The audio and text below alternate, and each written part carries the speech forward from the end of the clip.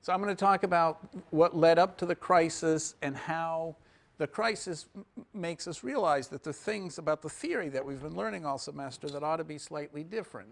And I've been working on a new version of the theory for the last 10 years, what I call the leverage cycle, which I have to say didn't get very much attention 10 years ago, but which now seems to be, I don't know, it seems to be getting more attention. It's almost like life imitated art, really. It couldn't have turned out more like the theory than I would have expected. But so I'm going to tell you the facts and then try to fit a theory to it, and probably will spill over until Thursday. And I think Thursday I won't spend that much time finishing.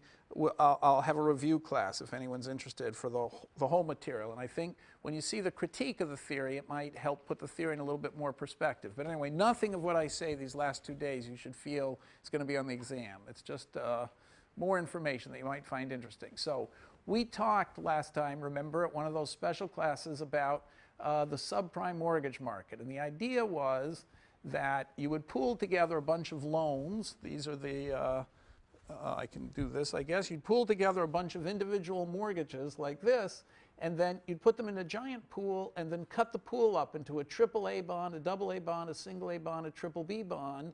And this is the over-collateralization and the residual. And I'm not going to go through the whole structure, but suffice it to say that the idea of this is you take individual loans, which are very risky. After all, these are subprime borrowers, so everyone knew that they were risky, and you create what's supposed to be an incredibly safe bond. The definition of AAA bond is that it has a 1 in 10,000 chance of going bankrupt in 10 years, of losing any principal in 10 years. That was the definition they claimed.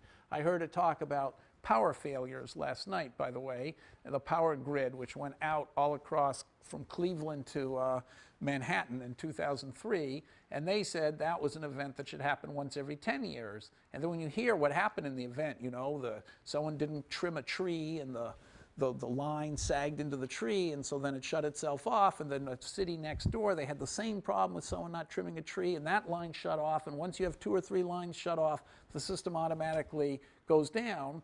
You know, it seems like it could happen much more often than once every 10 years. But anyway, it's the same thing here. This is supposed to be once every 10 years, 1 in 10,000 chance, and it happened in a giant way.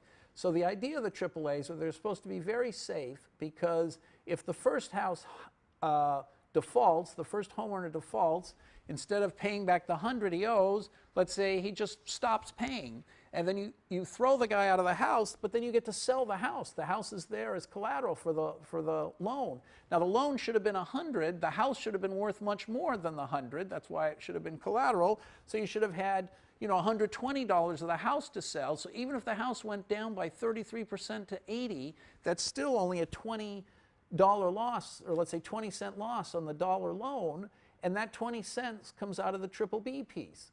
So you notice how many losses do you have to have? If you're losing 20 cents on a house, to have $5 worth of losses, you've got to have 25 of the 100 houses go down. Then another 25 of the $100 of the houses have to go down to lose this one. And then another whole bunch of them, 35 more to go down. So you've got to have like 85 houses going down before you touch the AAA, because the losses always come from the bottom and work their way up. So when they made these deals, they thought it was inconceivable that you'd have 85% of the houses defaulting, or that you'd lose so much more than 20% on each house, because things like that just hadn't happened before. And so it seemed like they were incredibly safe. Okay, so that was the structure, and the idea again was to take risky securities and by securitizing them create a whole bunch of apparently perfectly safe securities. Because as we said, the goal of most investors is to invest in something that's completely safe. They don't have to worry about getting more in one state or more in another state. And this seemed like an ingenious way of turning $1 trillion of very risky subprime loans into, this is 81%, into 800 billion of very safe bonds, and maybe riskier bonds down below that. So you could never find $1 trillion worth of people willing to lend to subprime borrowers. But you didn't have to after the securitization. You only had to, because 800 billion of the loans to them were by people who thought they were perfectly safe. You only had the guys buying these bonds down here who thought that they were running a very big risk. So the whole idea of securitization, the whole idea of the American financial system was to, well, let's see what the whole idea was to create as many safe loans as possible. So you could put it a little bit more generally. I should have had this picture before. You could say if the states of the world, if you're here today and you might have many of these different states of the world tomorrow, some people know that they're going to be rich in some states and poor in other states. What they'd like to do is get the same amount in every state. They can do that by directly buying safe bonds. That's what everybody's trying to do. They're trying to hedge themselves to get completely safe bonds.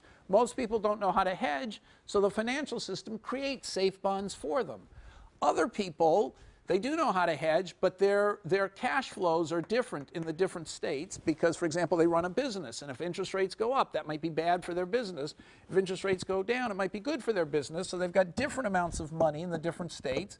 And then to create hedging instruments for these people, you'd like to create securities that pay a lot in states where they want the money. So that way they can buy hedging instruments. So the purpose of the financial system is to create cash flows in states that people want them. For the majority of people, that's the same thing in every state. For other people, it's something like the Aero securities, so they can buy money in the states when they're running short. And why is this connected to mortgages? Because how do you know that anyone's going to keep their promise to deliver money in those different states, or money in every state? How do they know they're going to keep? How do you know the people making the promise will keep their promise? Well, you don't. That's why you need collateral. And the best collateral in the country is the houses. So the purpose of the financial system, as we said all through the course, is to create securities that pay off in different states of nature of the type people want and that are guaranteed, so that people keep their promises, guaranteed by collateral. Houses is the best collateral, made it inevitable that the most sophisticated part of the market was going to turn into the mortgage market. So at first glance, you would think the most complicated part of the market is the stock market. But no, it turns out that collateral is the key, because without guaranteeing a promise, the promise isn't really very good. And so houses are the best collateral. So we'll see now that the change in the theory that I want to describe is what happens when you suppose people might break their promises and you have to take into account collateral. All right, but let's get back to the facts. So there are $1 trillion of these subprime mortgages around. So then what happened? I want to skip through this pretty quickly.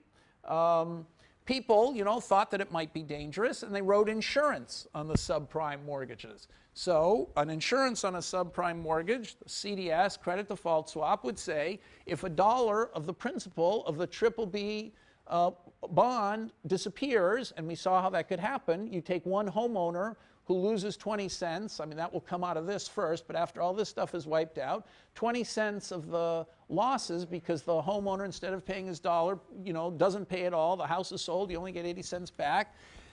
That 20 cents comes out of the BBB. So the insurance would then say, the buyer of insurance would get to collect the 20 cents. So this seemed like another way for people, even in the BBB range, to guarantee their payments. Well, it turned out that the that the writers of insurance didn't just write 20 cents in case there was a 20-cent loss. They might write $10 of insurance on the 20-cent loss.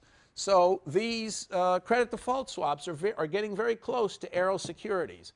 So the theoretically inclined economists who didn't think very far ahead in the Clinton administration, namely Larry Summers and people like that, Bob Rubin, they were ecstatic about these credit default swaps because to them it reminded them of Aero securities, and they thought, my gosh, the market is coming close to creating Aero securities, and isn't it great that people will now be able to hedge much better because they've got these Aero securities that they can trade. Okay, now the problem was that who's writing the insurance? The people writing the insurance are big banks and people like AIG. So they're saying, if you lose 20 cents, we'll pay the insurance. Now, of course, that's a promise, just like the promise to repay is, and that should have been collateralized. The trouble is that when AIG, as a AAA-rated company, wrote its promises, many of the people who bought the insurance just figured, you know, that's such a great company, it's obviously going to have the money, probably isn't going to happen anyway, so I'm not going to worry about the collateral. And they managed to make all these promises without putting up collateral to guarantee that they are going to keep their promises. This mistake that people make, well, it's probably not going to happen anyway, that we're going to even collect the insurance. You shouldn't have bought the insurance if you didn't think you were going to collect it. So obviously, even though it's a low probability event, you have to think, what will happen when it comes time to collect the insurance? Are they going to have the money? Now, many banks in Europe bought these things, and they're accused of having realized that they wouldn't be paid off. They only bought it so they could convince their regulators that they actually had a very sound bank and therefore didn't have to, you know, set aside capital. And they knew very well that they probably wouldn't be paid off. They just didn't think that it mattered because things wouldn't go that bad. So in any case, we've got, to circle back, we've got these subprime mortgages where you've written a bunch of apparently safe bonds, a lot of people, but not many, you know, 20% holding dangerous bonds, realizing that they're dangerous, and you've got a bunch of insurance written on the dangerous bonds, but of a bit much bigger, 5 times as big as the amount of dangerous bonds. So all these things, you know, are, if something goes wrong with that pool, these bonds are going to lose, and then the writers of insurance are also going to lose a huge amount of money. Okay, so what happened? Well, on top of that, you know, there was a CDO market where you took the BBB pieces and broke those up like you did before into bonds, more AAAs and so on. So if something happened to this original pool and you know, a lot of people, homes started defaulting, that would wipe out all the BBBs, forcing all these people to pay insurance. And on top of that, the CDO market, which is just the same thing done again, but using the BBBs as collateral, all these things would get wiped out, including the AAAs here. Okay, and then that wasn't enough. Wall Street then wrote CDO squareds on the BBB and A pieces of the CDOs. All right, so we talked all about this last time. So now I want to get into what happened. Any questions? Yes? So when these were being securitized, like the AAA, is there any way to distinguish on paper the normal AAAs and AAAs derived from like BBBs, for example?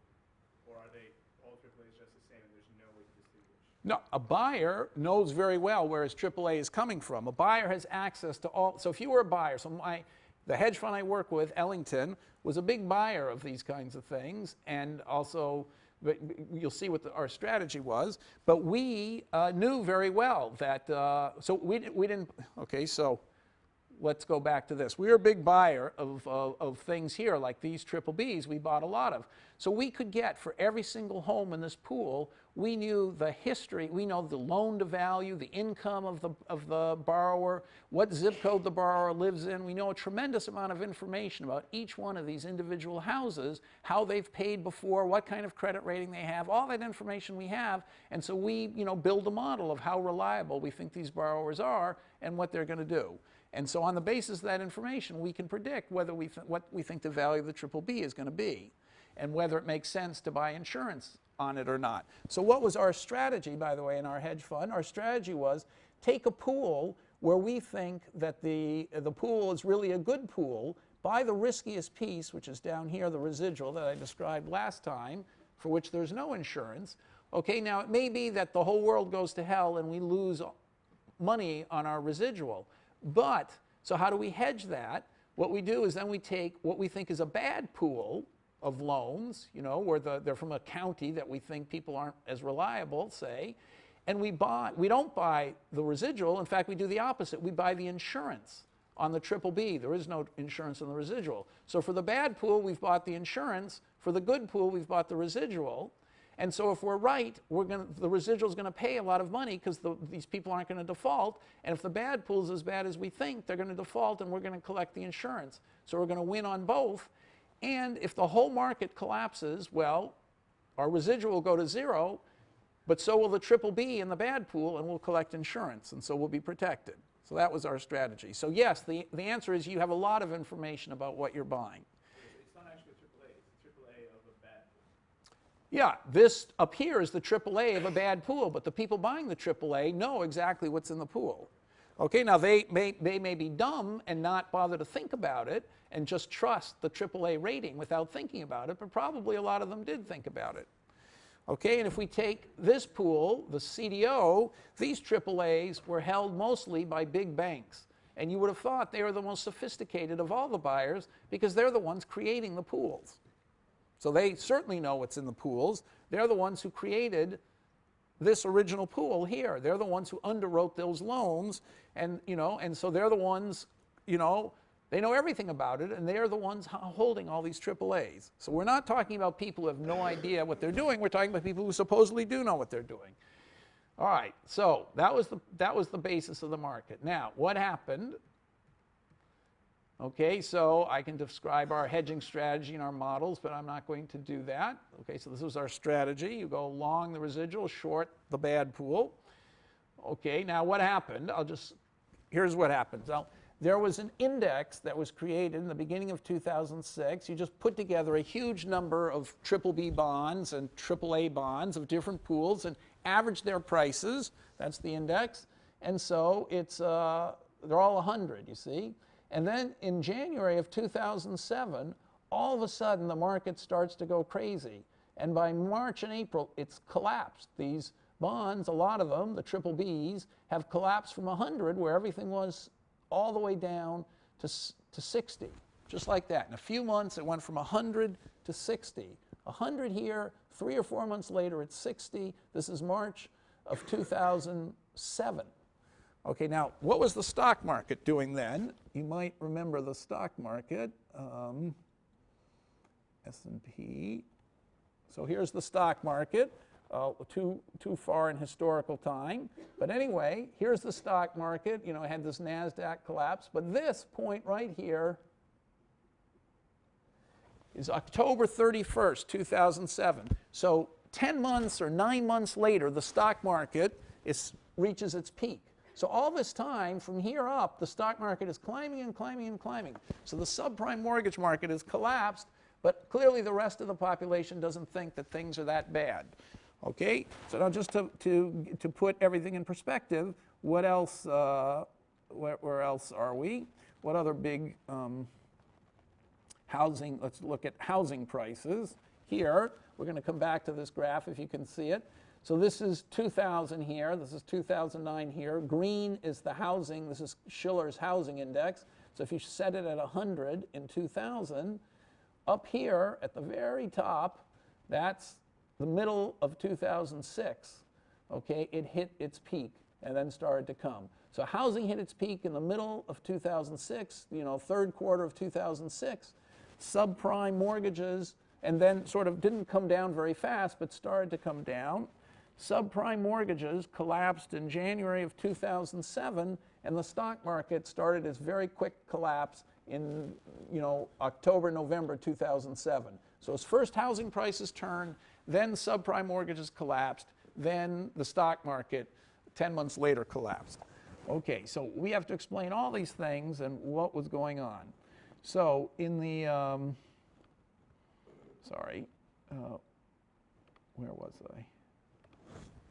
Okay, so this is subprime market collapsing. Why did this market collapse? What happened to make them collapse? This is actually an example of the wonders, the wonderful nature of the American financial system. The fact the market collapsed is a great thing, because why did it collapse? Okay, what was the information that made people think that things were going to go down? Well, it was this information, cumulative loss by reporting month. Okay, let's look at some. These are countrywide. They're one of the bad guys. This is country, that is, they're one of the ones whose loans went bad and the company went out of business basically and got bought by Bank of America. So look at delinquencies historically. So for 2003, these are countrywide loans given in 2003. Okay, it's the brown thing. So here are their delinquencies, right? They start at 0 naturally, and then they go up to 2%, and they stay there as a function of the pool. Now, some people are, some of those guys are defaulting and being thrown out of the pool. That's how delinquencies can go down. Also, people can start paying after being delinquent. Delinquent just means you're missing some payments. Okay, look at it 2004. Okay, they're still hardly doing anything. And then look at 2005. Well, all of a sudden, delinquencies start going up. At 2005, they're 5%. By the end of 2007. But delinquencies, 5% delinquencies. We're just talking about people who missed a few payments. 5% delinquencies. They haven't actually been thrown out of their house. It takes 18 months. Nobody's lost anything. They've just been delinquent for a little while. Okay, so what was the catastrophe that made the market collapse? Well, this is it. So WALA means weighted average age. Okay, so look at the months. So you take things that were issued in, this is the securitization. They're bundled together in the beginning of 2006. This is the second half of 2006. But the loans actually started in 2005. They just didn't get bundled. The homeowners got their mortgages in 2005. They got securitized in 2006. So you look at the delinquencies, and you see that, nothing happens the first 12 months. These are losses. And then eventually it goes to 1%. The losses go to 1%. We're not talking about giant numbers. Well, everybody saw that. Then they looked at the losses for things issued in second half of 2006. Okay, and the losses, that's this blue line, they, are going to, we're talking about, 20 months later, they're going to 1% or 1.2%. You look at the things issued in 2007, which means that the loans you're really measuring from somewhere in the middle of 2006, okay, at a year, you're at 0.5%. And at the second half of 2007, you're at 0.2% losses. So no losses at all. So nothing horrible has happened, except for the fact there's an obvious pattern here. It seems like every newer vintage is getting worse and worse and worse and worse. And so it was on that basis, just seeing things getting worse, before there are any losses. Remember, these are very sophisticated people betting hundreds of millions of dollars. They're thinking hard about this. Even though nothing had happened yet, the market collapsed. Okay, so this collapse that happens here is before anybody's lost any money. Hardly anyone's been thrown out of their house. Nothing's happened in the economy. But the traders have already figured out things are on a bad course, things are going to look really bad, and the market collapsed, okay? So we had warning. This is the beginning of 2007. We're almost at the end of 2000. So it was almost 3 years ago. Nearly 3 years ago, everybody should have known that the market had figured out that there was going to be a catastrophe in the subprime world, a real catastrophe, because the losses were going to be 40%. That's what they were expecting. You can't have losses like that unless you throw out, you can't, it's a huge number of people have to get thrown out of their houses, and you have to lose a huge amount of money on each house in order to get losses of 40%. Like I said, if you lose 50% on every loan, you have to throw 80% of the people out of their houses to get 40% losses.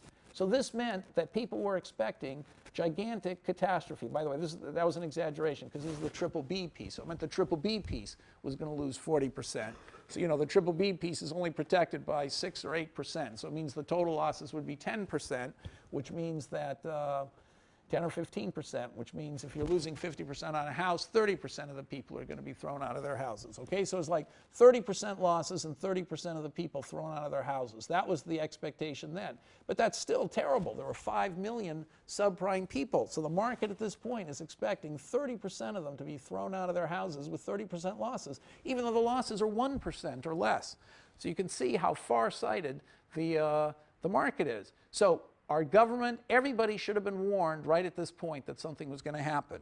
Now, did the stock market realize this was such a catastrophe? Absolutely not, because the stock market waited till, the end of 2007, which we're talking about here, before, and now look at where the losses are in subprime bonds. Here the stock market started to go down. So it had all this warning that something horrible was happening in the mortgage market, but the stock market owners thought nothing of it. They thought, well, how could this possibly affect us? And only here do they start to catch on.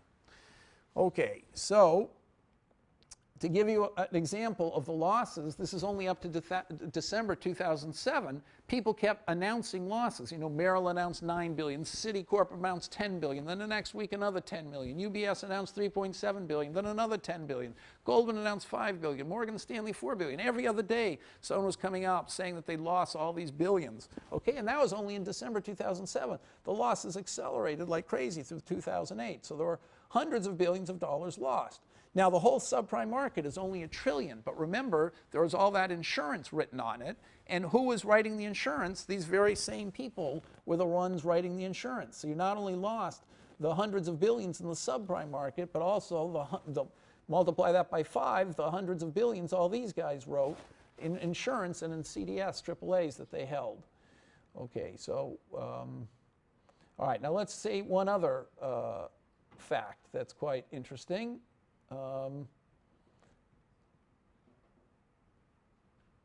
Okay, these are prepayments. Okay, so I told you that in subprime loans, for the first 2 years, the subprime loan, you'd be locked into the loan, a huge penalty if you prepaid. But between year 2 and year 3, you could prepay, you know, get a new loan, refinance it, and then in year 3, the interest rate would jump. So what would people do? Well, people who'd made all their payments the first 2 years would be regarded as reliable payers, and so of course they would refinance. They'd no longer be such subprime people. They'd refinance into you know, loans with lower interest because they'd be regarded as better credit risk. So if you go back to 2003, you see that after the second year, prepayments go up to 70%. So 70% of the people would refinance their loan between year 2 and 3.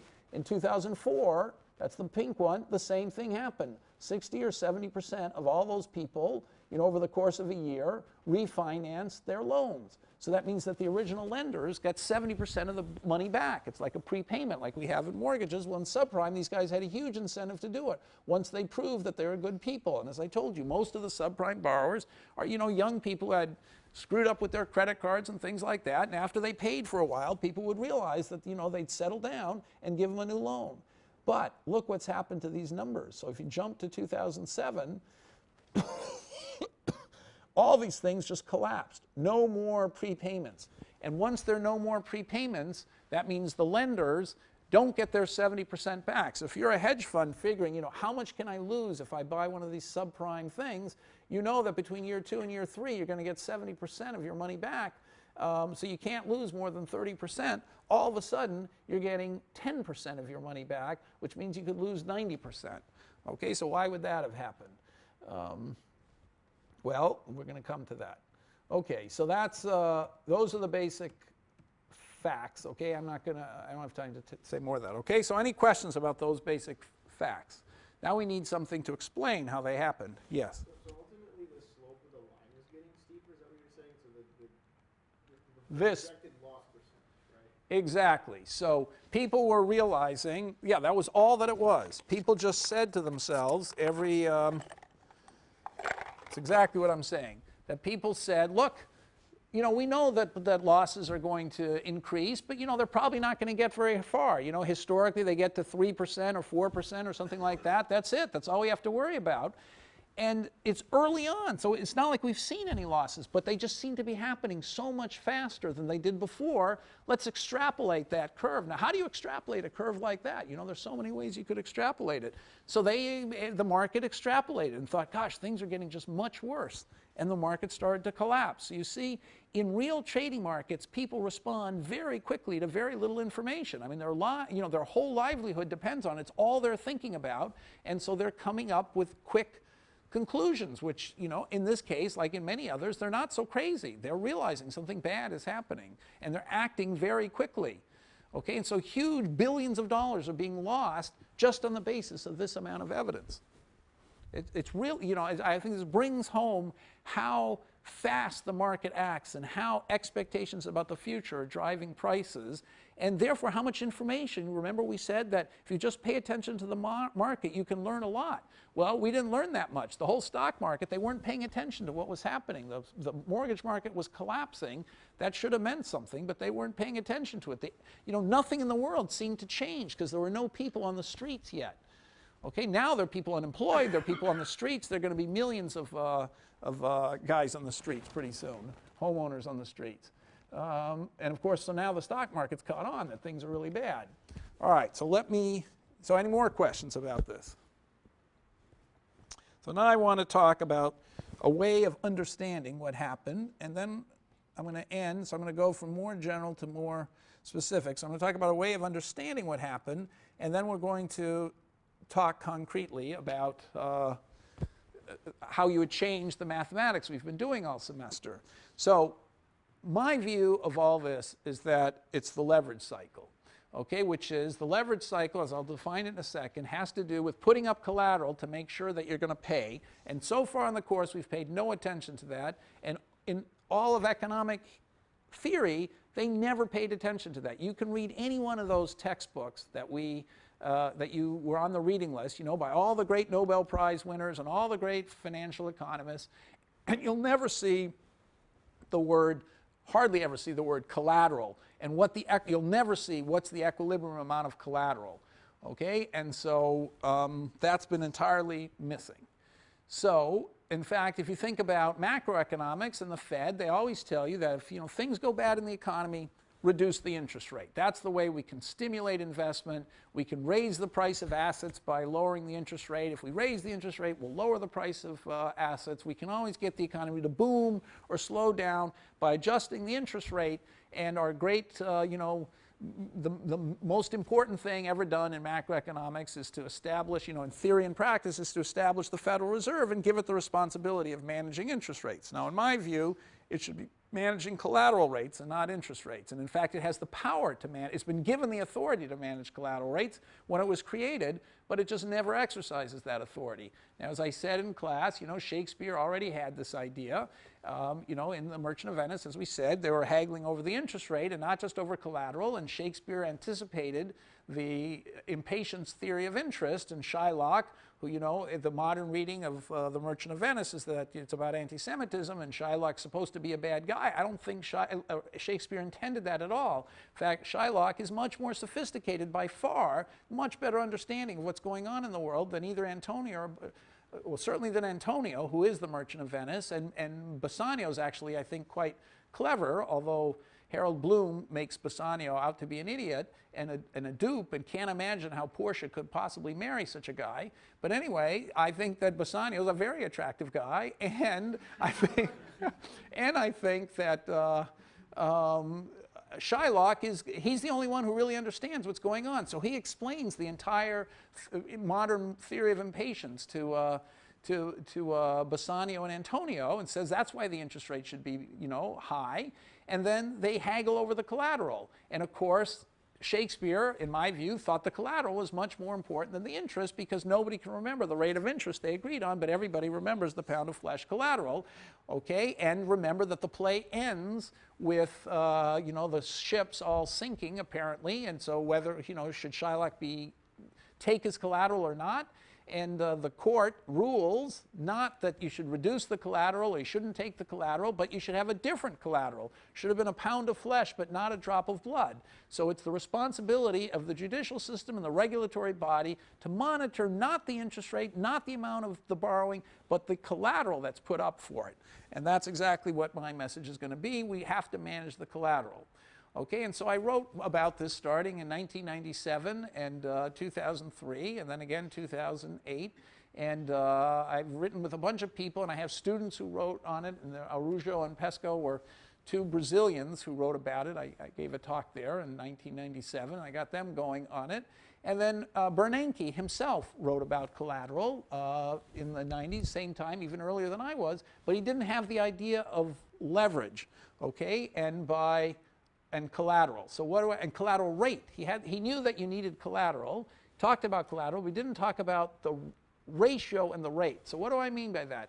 If you have a house that's worth $100, say, it's collateral for a loan, because if you don't pay the loan, they can take your house. Okay, so that's called no recourse collateral if they take your house, but they can't go after you for anything more. Now that, in fact, is not by law what happens, but in practice what happens. If you default on your mortgage, they'll take your house, but they aren't going to come after you to try and get your, income or something like that. So it's as if all they can do is take your house.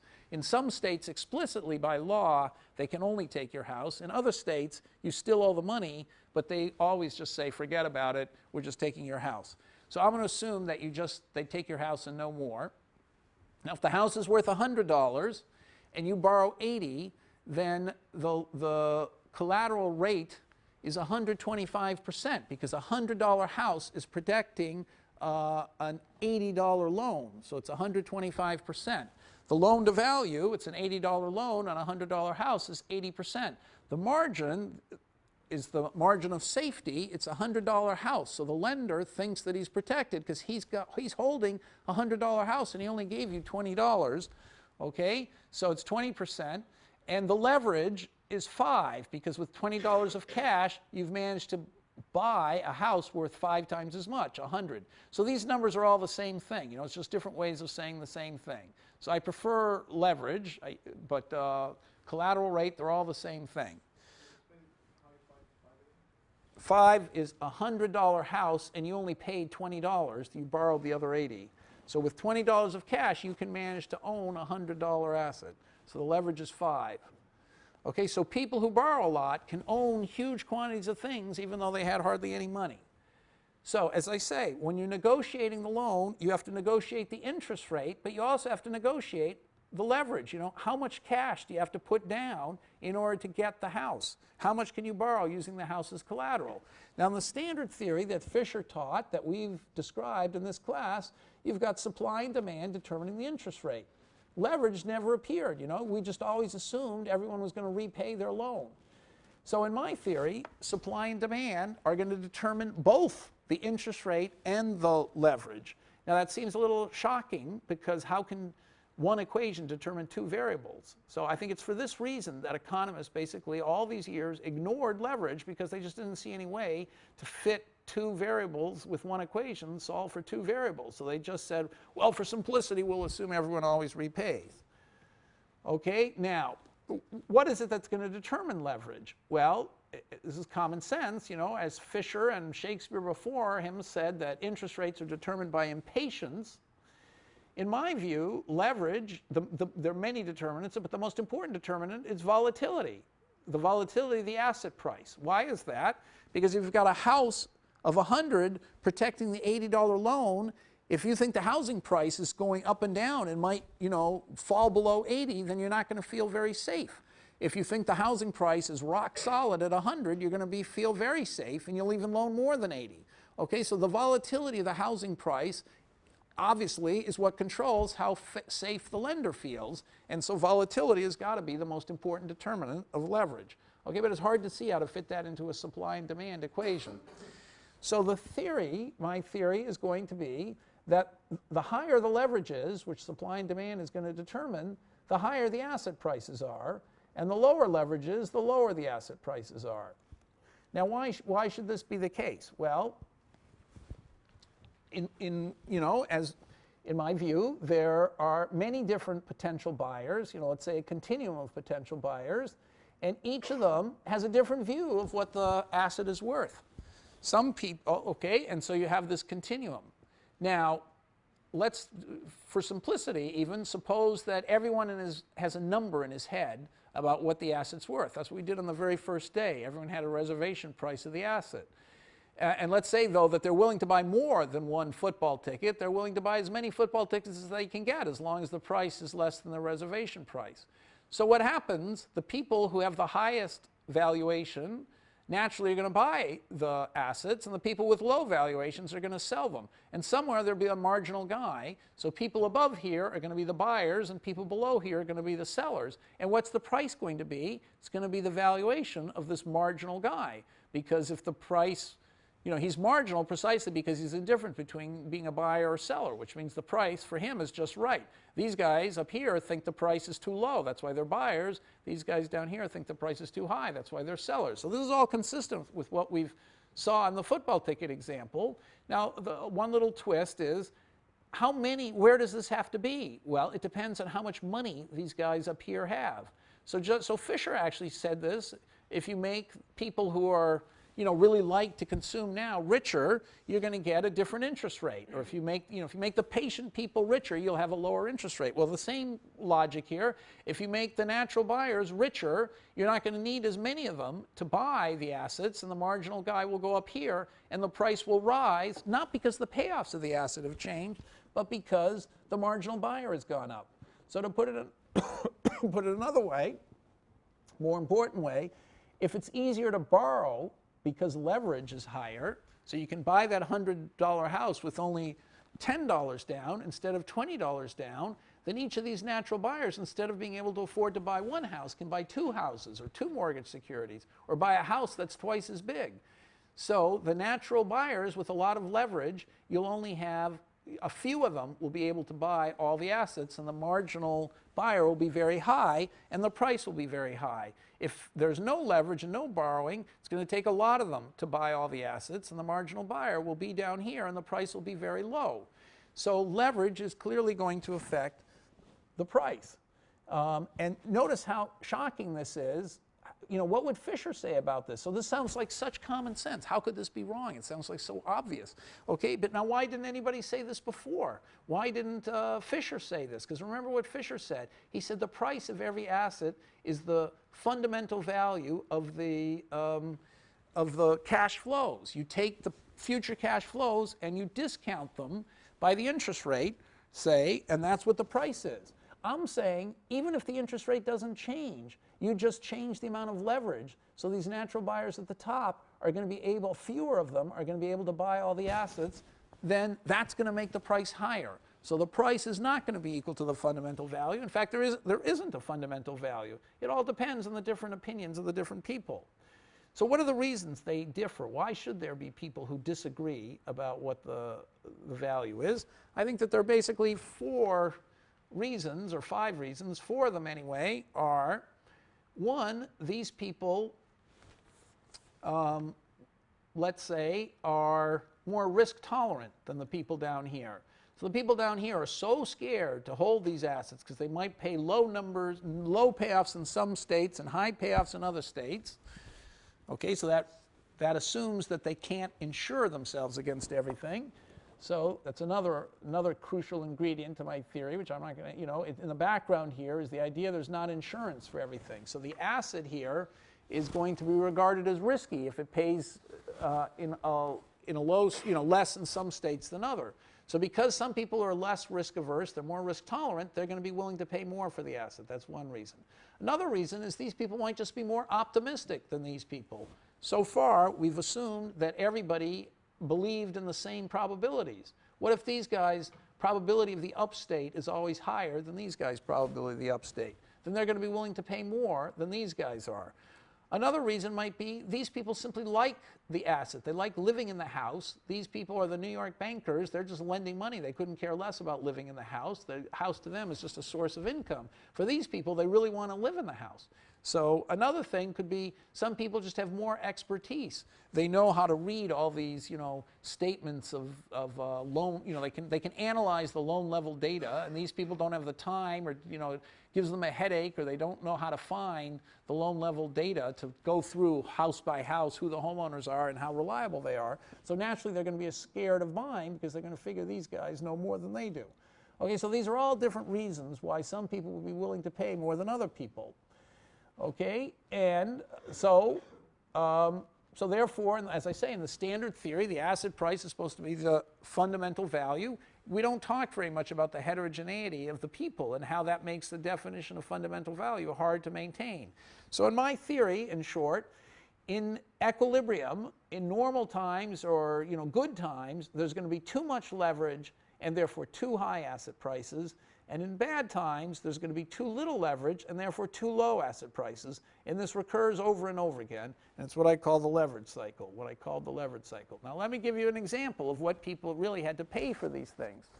So for a bank buying a AAA security, there's regulation which forces them to put a certain amount of cash down.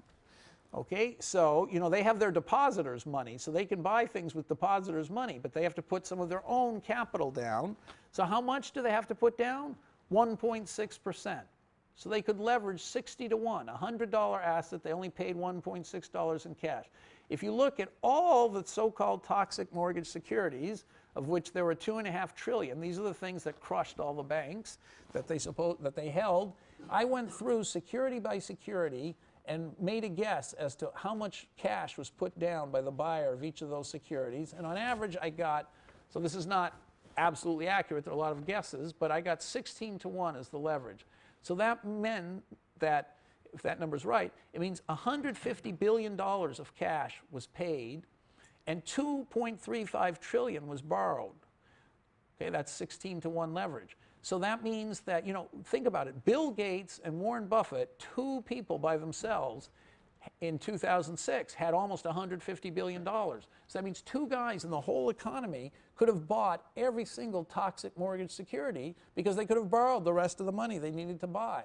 So when you think of where this line is, what I'm saying is that for all the mortgage securities, all the toxic mortgage securities, the subprime, the Alt-A, all those supposedly dangerous securities, you could have had the marginal buyer way up here. That's all that was required. Those are the only number of people. This top little echelon of people bought all those securities, could have bought all those securities because they had enough money to do it. Okay, and they hardly had to put anything down. So if you look at, all right, the same was true with housing. Now let's look at this theory a little bit. So I should have, sorry, I could have put this in a better thing. Okay, so I give all these talks with Schiller for alumni. And, you know, during the crisis, we haven't given one in a while, but there was, you know, lots of them. Like every month or 2 months, we'd be giving one of these talks, and they'd bring in all these donors to say, you know, Yale needs your money now. And they'd say, we don't have any money. So anyhow, I'm just joking. So we'd have a lot of these talks, and Schiller would always put up the green graph. So on the right-hand side, I showed you this before, it's his famous diagram. He did a brilliant thing. He decided to collect data on every transaction. Every time someone purchased a house, he'd keep track of it because it's all public information, and then he'd compare it to the same house that was sold before and do a few other tricks I don't have time to explain to make an index of the housing prices in the whole country. And so he done this going back, you know, many years. But starting in 2000, the thing that he called attention to before anybody, he said, look at this line, the housing price index from 2000 to 2006, it's gone up by almost 100%. The housing index was 100 in 2000 when it started. That's 110, sorry, this is 100. It was 100 when it started here in 2000, and it goes up to 190 in 2006. That's 90% in 6 years. You know, that's to almost double in 6 years. That means it's gone up, you know, 12% a year or something. Okay, so a staggering increase in the price of housing.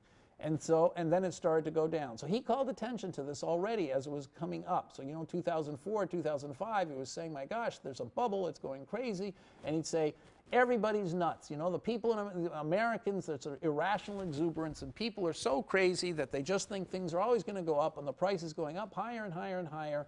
And then, you know, when it got so high, the narrative changed. People started getting worried, and they started telling everyone the world was coming to an end, and the prices went down and down and down because we have irrational exuberance, and, you know, things are picking up a little bit, but we don't know whether people are irrationally exuberant or pessimistic or they're blipping, but anyway, they're irrational.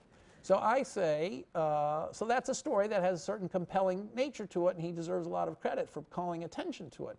But in my story, I say these prices are related to leverage. So I went through every loan, loan by loan, that wasn't a government loan. So these are private loans. You can't get the data on government loans. So on private loans, you know, every time someone took out a mortgage, you have to, you know, they put it into a, you know, so they were selling the loan, so therefore they published the data. You know what the appraised value of the house was, or the sale price if they were buying it for the first time, and you know what all the loans are. So I added up the value of all the loans, and I divided it by the price of the house, and I subtracted it off to get what the down payment was, the cash down payment.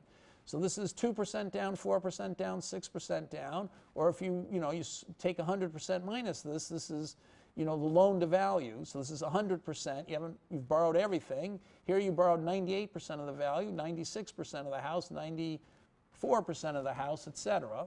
Okay, so in 2000, these are slightly riskier people. They're amazingly, they're putting down 14%. Okay, not amazingly, they're putting down 14%. So it's 7-to-1 leverage. But then look what happened. The leverage went up and up and up and up and up and up. And then it was in 2006 less than 3% down. These people were 30-to-1 leveraged. I said the securities market was 16-to-1 leveraged, the AAA part 60-to-1 leveraged. Here, they're 30-to-1 leveraged. And so the prices went up. But yes, the prices went up because the leverage went up. It was so, you hardly had to put any money down. That's why people were willing to pay to buy such expensive houses, because they weren't actually putting that much money down. Okay, and then leverage collapsed like this, and you had to put more and more money down, and then the whole market for you can't get a loan basically anymore unless you're getting a government loan. And so leverage collapsed, and the housing prices went down. You know, leverage was collapsing faster and in front of housing prices. So I think it's the leverage which is a crucial determinant of the price, and not irrational exuberance, although I think there is irrational exuberance, but I think leverage is what's underneath it and more basic. Now let's do the same thing with prices. So we did the subprime index before. This red line is the prime index. So we're talking about things at the not subprime homeowners, but prime, people with brilliant credit ratings and stuff. So even now, you know, 3 years after the crisis has started, the losses on these pools are still in the single digits. Okay, 5%, 6%, things like that. And most of these, 8% maybe, and most of these are the top piece of a pool of prime borrowers. So most of these loans are, you know, they're protected by 8% of, you know, the bottom piece. So you have to go through 8% losses before you touch them at all. So it's just inconceivable that you'd see 40% losses. But so what happened? These bonds were at 100. This is 100 over here. The price is 100. Okay, they're at 100. Now the interest rate is changing and the prices are going up and down because they're supposed to be floaters, which always pay more or less depending on the interest rate. So they should be locked in at 100, but they're not floating exactly on the same time. You know, they don't change their float so fast. So the price is going up and down because of that. But it's clear that nobody thinks there are going to be any losses. And then all of a sudden, in 2007, but later, this is much later than the subprime market collapsed, these prices collapse. And they collapse all the way to 60. Shocking. It's just inconceivable, I think, that people could have thought there were going to be 40% losses, or that everybody could have thought there were going to be 40% losses. And then they've shot back up to 80. So there's been a huge gain. So if you look at a typical hedge fund, like Ellington, you'll see that we lost a lot of money, and now we've made a huge amount of money. Okay, now where did, so that was not such brilliant hedging, but anyway. So, but now why did these prices collapse and go back up? Is it that people just got totally irrationally pessimistic, and then they said, oh, things can't really be that bad, and things got better? Well, let's look at the leverage. Okay, what is the down payment? The same thing as before on AAA securities. Now, amazingly, the Fed has never kept these numbers. So, and they're still not keeping these numbers. So I testified in front of Ben Bernanke and the Board of Governors in October 2008. There were several of us, but it was for 4.5 hours. And, and I showed them this graph. So this graph is at my hedge fund, Ellington. It's for just a bunch of securities that we're used to trading. It's how much they were offering to lend us, what the down payment was they were insisting if we wanted to leverage as much as we could. So we didn't leverage anything like that, but this is what they were offering us on the kinds of securities that we're interested in. Okay, so this is not the greatest data because we're only looking at what we're interested in, and we're only looking at the offers made to us. So, but look what happened. In '98, when there was a leverage crisis, that was the last one. I must have skipped a slide where I said the last leverage cycle ended in '98. It was 10% down. That means 10-to-1 leverage. Then suddenly it went to 40% down. So leverage drastically dropped. The down payment, the margin radically increased for a few months during the crisis. Then it went back to 10%. Then we had 10% down for a long time. That's 10-to-1 leverage. And then for a couple years, it became 5-to-1 leverage. So 20 to 1, 5 to 1, sorry, 5% down means 20 to 1 leverage, okay? And so, you know, the leverage had drastically increased.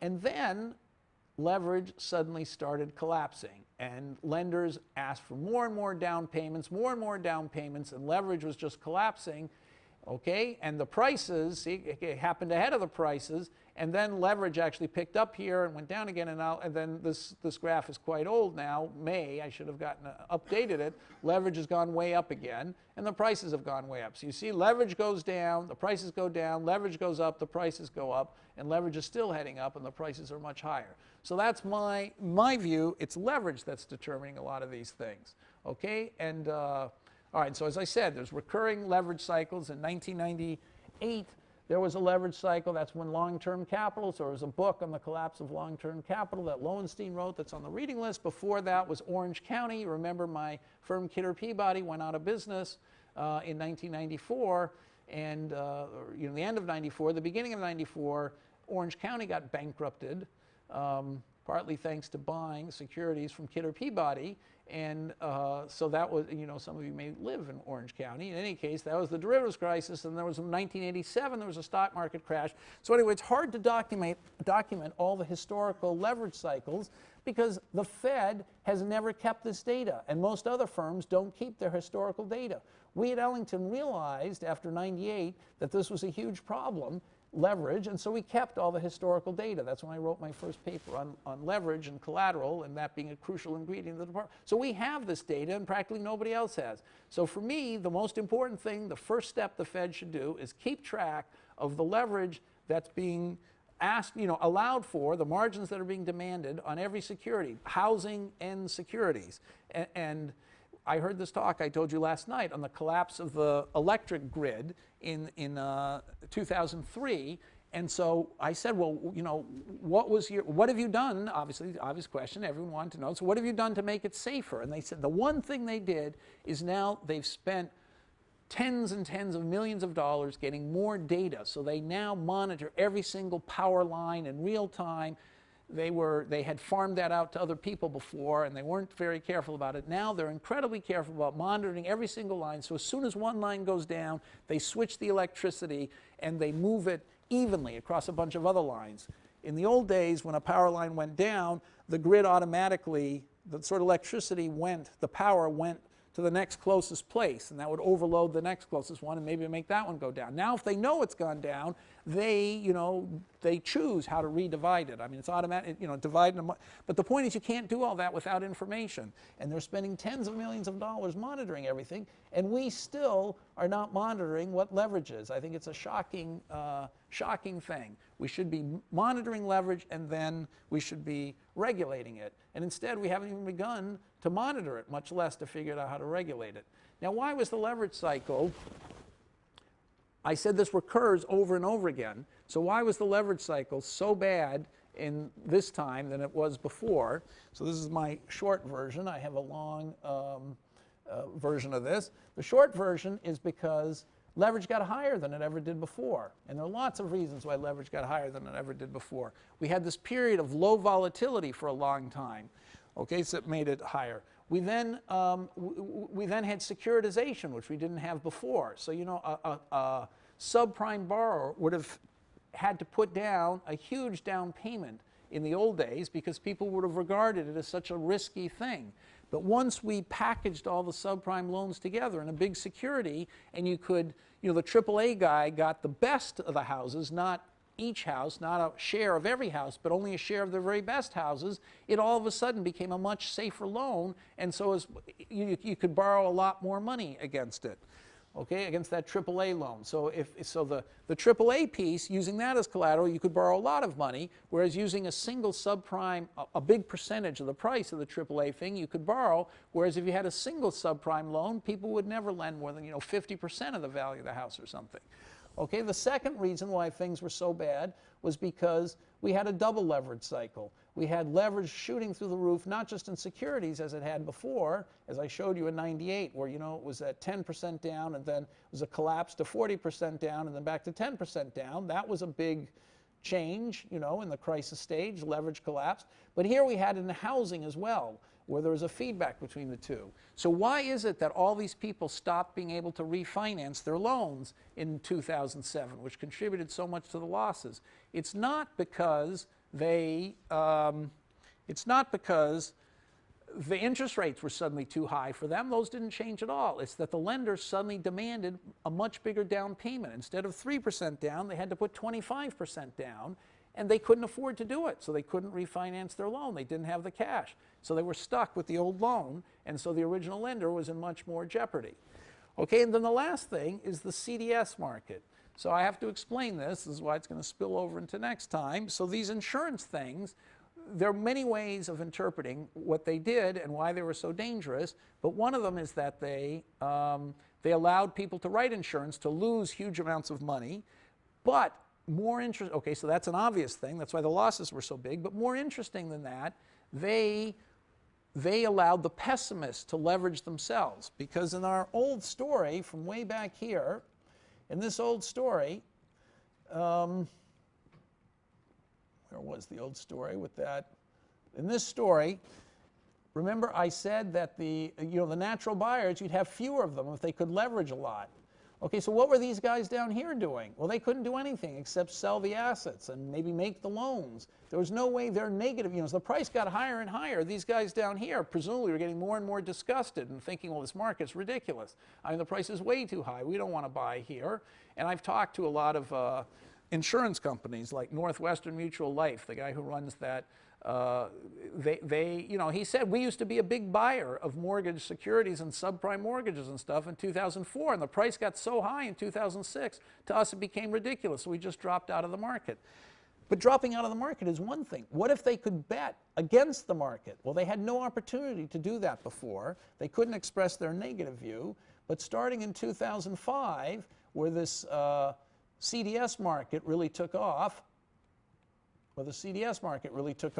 they could suddenly express their negative view. So in my view, in my opinion, what happened was that at the end of 2005, the pessimists for the first time were able to bet on the market going down. And so that's what started to make prices go down because of the CDS market. When prices started to go down, the mortgage securities that had been sold with all that leverage for high prices started to go down in price. That meant that new securitizations weren't worth it. You couldn't make the profit that we were talking about before, putting all these things together and selling off the bonds. The bonds were being sold for a lower price. You couldn't lend all that money to these people by you were getting the money to lend to the people by selling the bonds. If you sell the bonds at a lower price, you don't have the money to lend to the people. So in order to make the bonds sell for a higher price, they demanded that the homeowners put up more collateral. And so that's why, that's how things, and then that meant the homeowners couldn't refinance, and then that started to make the world more dangerous, and that's why then on securities, the lenders on securities reduced the leverage, and then the whole thing started to spiral. That's my story of how the thing started. So let's say that. In the bottom of the leverage cycle, the same bad three things always happen. Number one, there's scary bad news that creates more uncertainty and more disagreement. Okay, so it wasn't just that people thought that losses were going to go from 40% to 20% on subprime mortgages. It's that they went from 4% expected with a range of 1 to 5% to 30%, but maybe they would be 80% the losses. There was a huge volatility. Nobody really knew what the hell was going to happen. They had to extrapolate those curves. How do you know how to extrapolate? For a decade, the curves have been flat. Suddenly, they're starting to accelerate. How do you know how to extrapolate them? There's huge uncertainty, and because, huge volatility, and so naturally, the lenders are going to be much more nervous and lend only with much more collateral. Once the lenders lend with much more collateral, those people at the top can't afford to buy things anymore. They're going to have to sell, okay? And so there's deleveraging, sorry, and the people at the top are going to have to sell. But the price is going to go down, and because they borrowed money, and using an asset as collateral, they're leveraged, we talk about that, their losses are going to be gigantic because they're betting essentially on things going up and things are going down, so they lost a huge amount of money. Okay, so this is always the same thing. There's scary bad news, margins get tougher, and the most optimistic leveraged buyers are the ones who got crushed because they were betting on things going up, and they go bankrupt. Okay, so now what's so bad about this? I'm running out of time here. Okay, and I haven't gotten to how the math is going to change. So what's so bad? So I'm going to talk for 4 more minutes and hand back the exams, or should I just hand back the exams right now? Okay, I'll talk 4 more minutes. Some of you aren't going to come next time. So I'm going to do how the math, maybe most of you, so I'll do how the math changes next time. So what's so bad about the leverage cycle? So let's just think about what all the bad things that happen. Number one, you can have a tiny group of people at the top controlling the price because they can borrow so much money. Now, we've always assumed that everybody was rational. What if these buyers are kind of crazy? A few guys can make the price skyrocket because they can borrow so much money. Okay? Now, once they do that and they're making the prices of assets skyrocket, people are going to build more of those assets. So they're going to use real resources to build projects that are probably, crazy and are going to be very costly to reverse. Okay, but let's leave aside now people being crazy. What else happens in the leverage cycle? Well, in the leverage cycle, when you're leveraged a lot, as we said, that's going on the Tobin diagram to the right. It's like borrowing money to bet in the stocks. That means if the stocks go up, you multiply your winnings, and if the stock go down, you multiply your losses. So in the leverage cycle, people who are lucky, if things keep going up, they get incredibly rich. It's a tremendous mystery in economics. Why is it that inequality, increased so much? Well, one of the reasons I think is the leverage cycle, that, people were betting and making more and more money, and so that's why inequality was helping to spread inequality. Now, another thing is, the worst, probably the biggest problem, is that once the asset prices fall, everything gets hard to do. So if you want to get a new credit card, what does it mean to get a credit card? It means you sell your promise, right, to a buyer. Now, why should a buyer buy your promise for 100? You're promising to pay back in the future, so he's paying 100 for you, when the very same promise that someone made 6 months ago is selling for 65 because the prices have all collapsed. They're not going to buy the new promises when they can buy the old promises at such a low price. Who's going to buy a new mortgage when the old mortgages are selling at 65? Who's going to buy a new auto loan when the old auto loans are selling so low? So nobody can get a new loan. Nobody can get a new, can sell a new promise. And no business can sell its promise. They're old businesses that everybody understands, whose bonds are out there being traded at very low prices. The investors are going to all buy the old assets, not the new assets. That's why activity collapses. Okay, and then another terrible thing is that what if the optimists are indispensable to the economy, like the big banks? They go out of business and then everything topples. Well, why didn't the big banks take that into account? Shouldn't they have realized the losses would be so big and try to protect themselves? Well, they're not taking into account that when they go under and the managers lose a lot of money, that there are other people they don't care about, like all their workers and the rest of the economy that's losing even more that they're not paying attention to. So they're not internalizing all the losses when they go out of business. Now, another incredibly bad thing is what we're suffering from now is debt overhang. There are a tremendous number of people, homeowners to name one, who are underwater. That means they owe more money than their house is worth. Or banks that have more debts than the value of the assets they hold. Or firms that have more debt than the value of the assets they hold. Now, many of these people don't just go bankrupt. They keep going because maybe they'll get lucky. Maybe some miracle will happen and the stuff they own is going to go up in value. So they don't stop. They still exist, but they're what people have called zombies. They're not doing anything productive because what's the point in fixing up your house if more than likely you're going to end up losing it anyway? So all these homeowners are not doing anything to take care of their houses. The banks aren't making loans. These firms aren't making productive investments because they know they're so far underwater. So another horrible thing happens is that, if you try to collect the collateral, when people default, it's a costly operation. So in subprime loans, it takes 18 months to throw somebody out of their house. So during those 18 months, the guy's not paying his mortgage, he's not paying his taxes, all of which you have to make up for. He's trashing the house, or if he doesn't trash it, he leaves the house and some neighbor trashes it and rips out everything in the house. The average subprime loan, when you force someone out of their house and sell it, you get back 1/4 of the value of the house now. At the beginning, people assumed it could never be less than 80%. Now it's 1/4. Okay, now, and then there's other more complicated things that can go wrong, which I'm going to skip over. Okay, so let's just see what happens now with housing. So what is it that's happening with housing? If you look at people underwater, why are people defaulting on their houses? It's because they're underwater. So here is for every different kind of mortgage, starting at subprime and going down to prime. These are except government loans. This is the fraction of people who default every month, not every year. And here's their loan to value. So how did I figure out the loan to value? I had to look at all the original loans. I did this house by house, or Ellington, my hedge fund, actually, the guys there who were former students here. They actually figured all this out. They went house by house. They got what the combined loan, the loan sizes were on all the houses, and then using the Schiller index, they know what the house was bought for, and assuming the zip code index dropped by 20%, they figured every house in the index went down by 20%, so they could get the current value of the house. So this is the ratio of the loan to the current value of the house. Current combined loan to value ratio. So 140 means the loans altogether, first and second loans, are 140% of what they estimate the value of the house is. So look at what happens. If you're subprime and you've got that, I can't see mine, this is 140 is over here somewhere, right?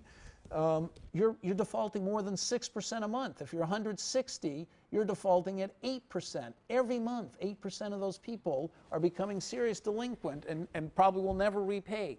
8% a month. In 1 year, they're all going to be gone.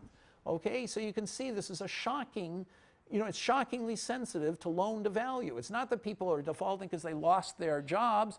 They're defaulting because it's not worth it for them to pay. They're not stupid. Why should they pay $160,000 when the house is only worth $100,000? It's just, how can they, times are tough. What are they going to do? Tell their children, well, we can't go to, we can't feed you, you can't go to school because, daddy and mommy have to pay this thing where we don't really have to pay it.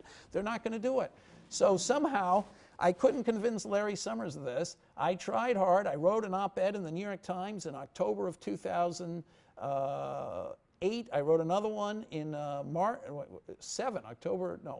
year ago. What are we talking about? October of 2008, then March of 2009, saying that the only way to save the housing market was to write down principal. Okay, now writing down principal means saying if the loan is $160,000, maybe the house used to be $200,000, the house is only $100,000 now. You just say, okay, we're writing off $80,000 of the loan. It's now only $80,000 that the homeowner owes. Now, who's going to pay for the lost $80,000? I say nobody has to pay for it. The government doesn't have to pay a penny.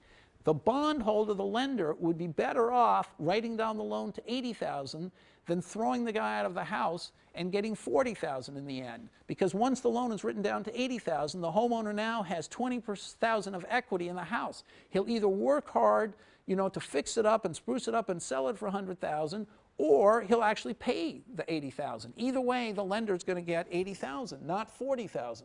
So this is a win-win, as I called it in the editorial with Susan Cognac. It's a win, a co-author, a law professor at BU. It's a win-win situation, and it's not happening. Okay, and it's not happening because the loans are all in the hands of the servicers. So remember I said there was this big pool with all the loans in them, and then, there were the bonds, and so the bondholders, these are the people who would like to see the principal written down, but the bondholders don't know who the homeowners are and aren't legally allowed to talk to them. There's a servicer in the middle who's a big bank who's writing the letter saying, pay up. And if they pay up, they distribute the money to the bondholders. And if they don't pay up, the servicer throws them out of the house. The servicer, the big bank, doesn't own the loans. They're getting paid a percentage, like 0.5% of the principal. So they have no incentive to write down these loans. If they write down the loan in half, they lose half their fee. If they write down the loan to $80,000, then the guy sells the house. They don't service the house anymore. They lose all their fees. Instead, Obama, thanks to, my classmate Larry Summers and all his other advisors, they've given these servicers license not to write down any loans, but to, pretend that they're writing down the interest on the loans. Now, that would be great and that's actually what's happening. The servicers are basically not even kicking the people out of their houses. So these people are not paying anything now. There are millions of them not paying anything, still living in their houses. In a year or two, they're going to get thrown out. Okay, but of course they're not going to pay. This is the ideal situation for the servicer because he's still collecting his fee. the homeowners can't sell, they don't want to leave because they're not paying anything, and the bondholders are getting screwed. So it's a catastrophe. And finally, after a year, if you read the op-eds in the New York Times and the Wall Street Journal, in the last week or two, they've been deluged with people saying, why aren't they writing down principle? Okay, so this is something that a year or two ago, I already advocated. Anyone with any common sense would have seen that was what was inevitably going to happen, and we didn't do anything about it. Okay, so I got one more minute to finish. So what should we do about the leverage cycle? Well, the thing to do about the leverage cycle is to reverse the three bad things that happen in the leverage cycle.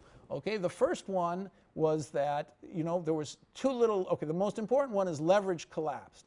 So the Fed has to go and increase leverage. So it used to be, 30 to 1 or 20 to 1. Now it's close to 1 to 1 on many assets, although it's gone up a little bit. So the Fed has actually done something about this. What does it have to do? Not lend at lower interest. The Fed cut the interest rate to 0 and said, look how great we are. Well, that did nothing practically. All it did, the reason the Fed has cut the interest rate to 0 is to give money to the big banks, because the banks have to pay depositors like you and me. Now in your checking account or savings account, you're getting 0 practically because the Fed lowered the interest rate to 0. That means the banks make money because they don't have to waste any money giving it to their depositors. Okay, that's the reason why the interest rate went down to 0. And they try to dupe the public into thinking it's because it's a Keynesian stimulus. It's not stimulating anything, basically.